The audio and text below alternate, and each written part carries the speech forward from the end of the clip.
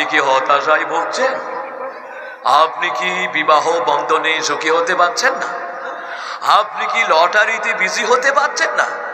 আজই যোগাযোগ করুন লিটন দেওয়ান চিস্টি বসুন্ধরা কমপ্লেক্স 8 নাম্বার ফ্লোর। আজই যোগাযোগ করুন স্ক্রিনে দেওয়া এই নাম্বারে 017895009। আছে না নাই? কথা কয় না রে। এরপরে কলকাতা হারবালার একটা বিজ্ঞাপন কইতামনি।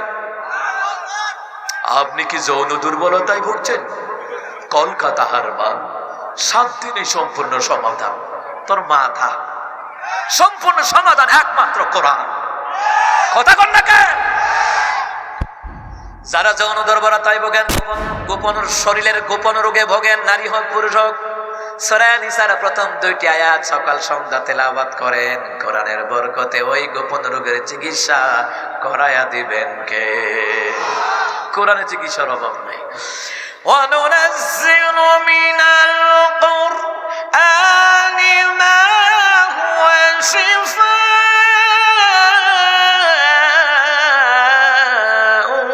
وَرَحْمَةٌ لِّلْمُؤْمِنِينَ।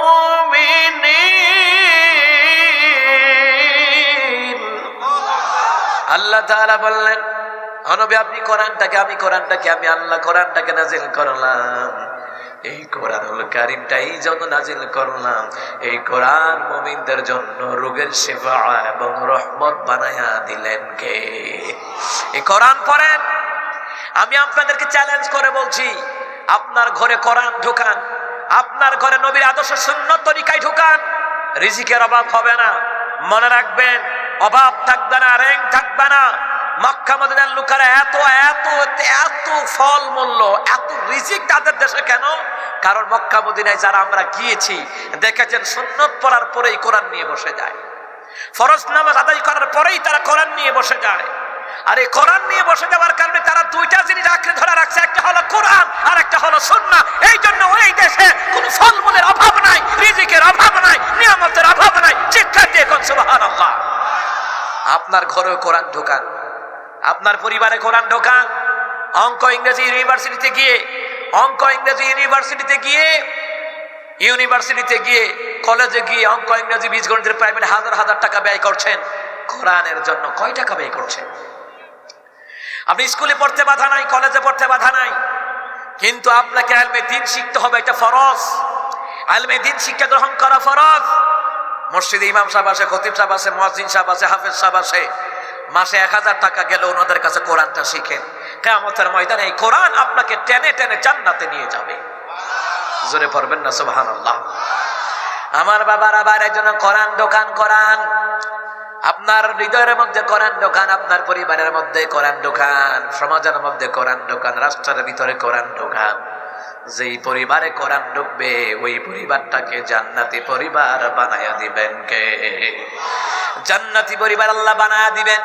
এই জন্য কোরআন থেকে আমল করেন, সুন্নাহ থেকে আমল করেন। কারণ জান্নাতে যাওয়ার জন্য মাপকাঠি হলো দুইটা, একটা হলো কোরআন আর একটা হলো সুন্নাহ। সুবহানাল্লাহ বলবেন না?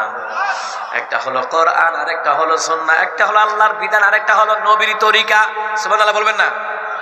আজকে দেখে আসার পথে একটা ভিডিও দেখলাম, ভিডিওর মধ্যে কইতেছে আমার রেজবি সাহেব বাবার তরিকা, তোর গাঞ্জাখুরের তরিকা না। তরিকা হচ্ছে only one road, only one তরিকা, একটা তরিকা, নবীর তরিকা। নবীর তরিকা ছাড়া যত তরিকা আছে সবগুলি ভণ্ডামি ছাড়া আর কিছুই নয়। নবীর তরিকা। তাফসীরে জালালাইন 4 নম্বর খণ্ডে বুখারী মুসলিমের বর্ণনায় নবী কয় জান্নাতে যাওয়ার মাপকাঠি দুইটা, একটা হলো কোরআন আর একটা হলো সুন্নাহ, একটা হলো আল্লাহর বিধান আর একটা হলো নবীর তরিকা। আল্লাহর বিধান নবীর তরিকা বাদ দিয়া বস্তা বাইদা আমল করতে পারবেন, একটাও আল্লাহর কাছে গ্রহণযোগ্য হবে না। এই জাগার দলিল যার নামে, জাগার দলিল যার নামে, জাগার মালিক সে। জাগার যার নামে দলিল নাই সেই ব্যক্তি দাবি করতে পারবে জাগার মালিক সে নয়।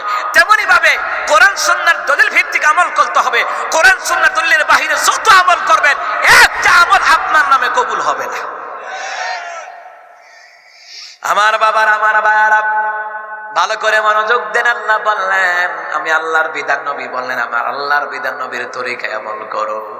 আল্লাহর বিধান নবীর তরিকায় আমল করলে একটা সাজদা যদি দেন, আল্লাহর বিধান নবীর তরিকায় যারা নামাজ পড়ে আল্লাহর সাজদা দেয়, ওই সাজদার কত দাম? রহমতের নবী বললেন ওই সেজদার দাম হলে তো বেশি, আসমান এবং জমিনের চাইতে তার সেজদাটা বড় ভারী হয়ে যায়। এই জন্য আল্লাহকে ডাকবো। কারে ডাকবো?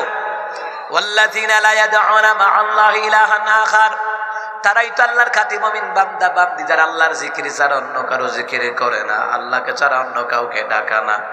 বান্দা বলল, আল্লাহ আমরা যে আপনারে ডাকবো কেমনে ডাকবো? আল্লাহ কয় 3 ভাবে ডাকবা। কয় ভাবে? জোরে কয় না, কয় ভাবে?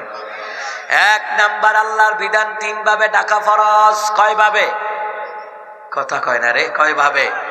3 ভাবে ডাকা ফরজ। আল্লাহ বললেন শুনে নাও, কেমনে আমার জিকির করবা, কেমনে কেমনে ডাকবা শুনে নাও।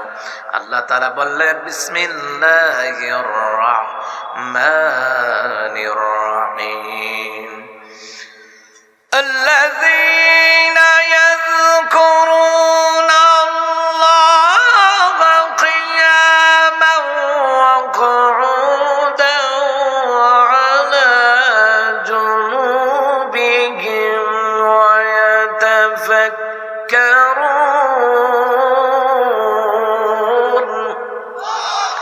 আল্লাহ বললেন যারা দাঁড়ায় আবারে ডাকে এরা খাঁটি আল্লাহর মুমিন বান্দা বান্দি, যারা বসে বসে ডাকে ওরা আমি আল্লাহ পাকের খাঁটি মুমিন বান্দা বান্দি, যারা শুয়া শুয়া ডাকে তারা হলো আমি আল্লাহ পাকের খাঁটি মুমিন বান্দা বান্দি। এবার এখানে দাঁড়ানোর কথা আছে।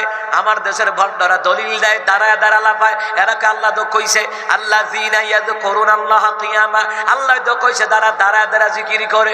কিন্তু ভণ্ডরা তো জানে না এখানে দাঁড়ানো জিকির তাফসীর হলো, তাফসীর জালালানী ইবনে কাসির বর্ণনায় এসেছে আযান দেওয়ার পরে যারা নামাজের জন্য দাঁড়িয়ে যায় ওই দাঁড়ানোটা হলো জিকির। ওই দাঁড়ায়া দাঁড়ায়া নামাজ পড়ার নাম হলো ফরজ জিকির বলে দিয়েছেন কে?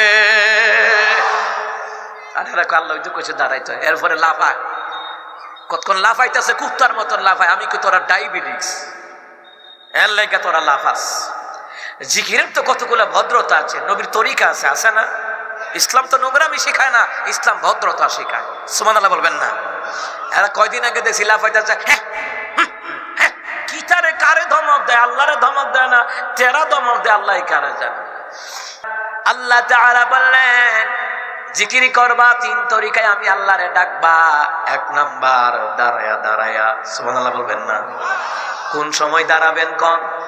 কোন সময় দাঁড়াবেন? আজান দেওয়ার পরে নামাজের জন্য দাঁড়ানো এটা ফরজ, নামাজের জন্য কিয়াম করা ফরজ। অন্য ক্ষেত্রে কিয়াম করা ফরজ না, নামাজের জন্য কিয়াম করা ফরজ করে দিলেন কে? আমার দেশে কয়দিন কিয়াম লইয়া এটি কুত্তার মতন পাগল হয়ে গেছিল কেন? আবু তুহা আপনার যা মন সাতা কইছে, এই কিয়াম না করলে কেউ কাফের হয় না, নামাজ না পড়লে কুফরি হয়। দাঁড়ায়া মিলাদ কিয়াম করা এটা ফরজ না, এটা সুন্নত না, এটা ওয়াজিব না, এটা মুস্তাহাব না, মুস্তাহাসান। কথা বুঝেন নাই? তো যেটার কোনো গুরুত্ব নেই, এটা দরকার কি?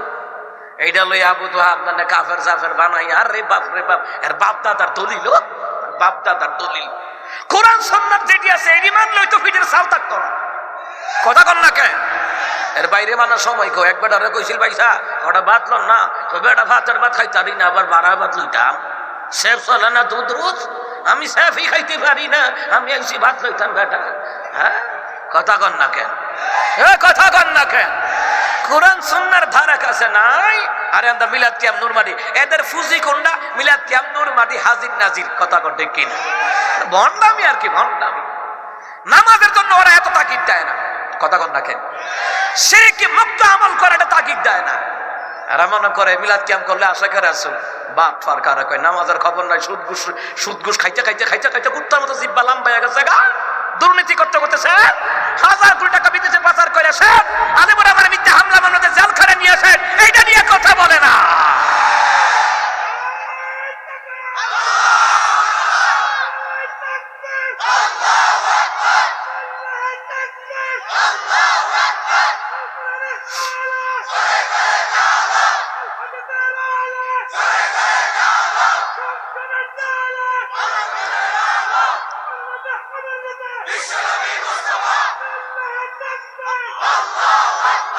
ইয়ান দিয়া মিলাদ কিয়াম লিয়া লাগিয়া রইছে, আর হিয়ান দিয়া আলেমরা জেলখানায়। এরা মনে করে এরার একটা সুবিধা আছে, হকানি আলমরা জেলখানায় থাকলে এরা মাজার হুজারি ব্যবসা করতে পারবো বালা। কথা কোন ঠিক কিনা? কারণ হকানি আলেমদের কারণে এদের ভণ্ডামি চলে না আগের মতন। কথা কোন ঠিক কিনা? এইখানে যে হাজারো যুবক, এখন তথ্য প্রযুক্তির যুগ, ইলেকট্রনিক্স মিডিয়ার যুগ, এরা মোবাইলে দেখে কোন বক্তা কোরআন হাদিসের আয়াত দিয়ে ওয়াজ করে, আর কারা কারা বাবার কিচ্ছা কাহিনী দিয়ে ভণ্ডামি করে। যুবকরা আস্তে আস্তে পরিবর্তন হচ্ছে। এই যুবকরা যদি আল্লাহর বিধান